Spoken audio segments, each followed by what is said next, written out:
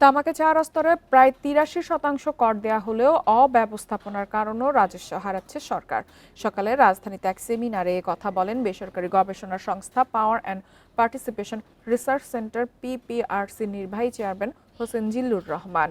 তিনি বলেন, দেশে অনেক সিগারেট প্রতিষ্ঠান আছে যারা কর ফাঁকি দিয়ে এসব পণ্য উৎপাদন করে যাচ্ছে, ফলে কোটি কোটি টাকার ক্ষতি সরকারকে বহন করতে হচ্ছে। একই সাথে বিভিন্ন দোকানে এ পণ্য বাড়তি দামেও বিক্রি হচ্ছে বলে অভিযোগ করেন বক্তারা। তারা জানান, বাজারে সিগারেট মনিটরিং টিম সচল না থাকায় আগের অর্থ বছরের সিগারেটের পরের অর্থ বছরে বর্ধিত দামে বিক্রি করা হয়। সেমিনারে বক্তারা বলেন, বর্তমানে প্রচুর নন স্মোকিং ডিভাইসের ব্যবহার বাড়ছে। সরকারকে এসব বিষয়ে আরও সচেতন হওয়ার আহ্বান জানান তারা। যারা এক ধরনের চায় টোব্যাকো বন্ধ করে দাও অথবা ট্যাক্স আরো বাড়িয়ে দাও, এই একমাত্রিক বিষয় থেকে আরো সিরিয়াস স্পেসিফিক স্টেপসে যাওয়ার বিষয় আছে। এই যেমন আই ডোন্ট থিঙ্ক পাবলিক ইন্টারেস্টে আমরা করেছি, এই যে টিয়ারের যে কমানোর বিষয়, এটা অত বেশি কতজন জানে আই এম নট শিওর।